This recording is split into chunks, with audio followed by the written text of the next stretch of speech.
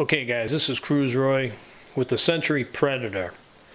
The other day I was flying when it wasn't raining out, and the heli came to an abrupt vibration. This is the bevel gear for the tail, which I do need some help with the new one to get the proper lash. It's not in the manual. Do I put a piece of paper here like most gears to get the lash or whatever? So that's the first thing. But it did tear up that gear, and here's the tail section, and what happened, as you can see, one blade grip sheared right off and I couldn't even find it. The other thing was, people are asking me about the tail blades. Next, I do have two brand new pairs of the Predator plastic ones, but these were purchased by Century as a carbon fiber replacement. So I don't know why they would tell me I shouldn't use them because they're on their website. And I did go on their website to try to purchase another hub. I was getting zinged out. I don't know if it was my computer or whatever, but I couldn't order the parts. So someone said that some of the old timers started putting on different tails. Now I'm going to put this close to this is a Trex 600. It's my gasser torque tube, and I put it up against it, and I said, yeah, it does look kind of similar. So real quick, I'm going to pull it off and see if it fits properly on the Predator shaft. Now I already put my new slider on, but I'll take that off. Not that I'm not going to use this one in flight. I'd have to find one, but I've tried it earlier. That's why it's already loose.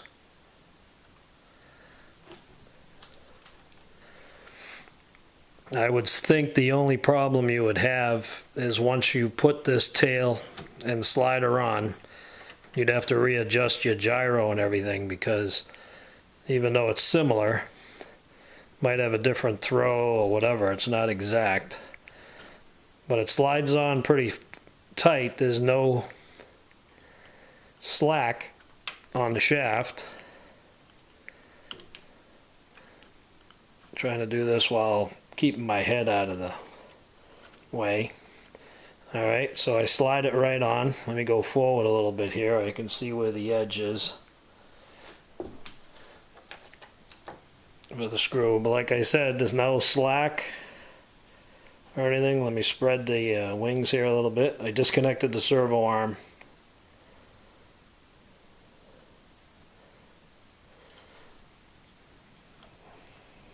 And there you go. The Trex fits right on. There's no slack. Because I thought I had some new hubs laying around, but both of these are already bent too. Probably from a light tail bashing, but I want to get the grips. Originally it had these grips from Century. It must have been the old style, because now the new style have a rib in it for strength. But let me put them up besides the Trex, and see, the Trex has a little bit longer, so the blade diameter would be a lot longer. The only problem is more of a tail strike. But the align does fit properly. I would say the only thing you would have to do, it even works with the slider. So you might have to set the end points, because the slider smaller arms here are a little bit shorter than they were on the Predator. So you'd have to reset your end points. You don't want to go too far, because then it'll bind up. But I'm not getting any binding here. And like I said, I disconnected my servo arm. So I'm going to take the camera off. Do a little close up.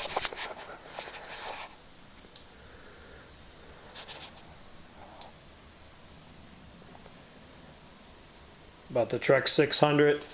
I guess I don't know anything about a 700 or the 550s. I just have a 600, but they're saying that the 550, 6, and 7 are the same tail blades. But I just wanted to show you guys that it does work, and I know people like to argue on the forums, but that's a good thing. Noobs can get an idea of what they're in for. If there are problems with certain helicopters getting parts and stuff, so I don't think it's a bad thing. That's my opinion. But this is Cruise Roy, and I'm out of here.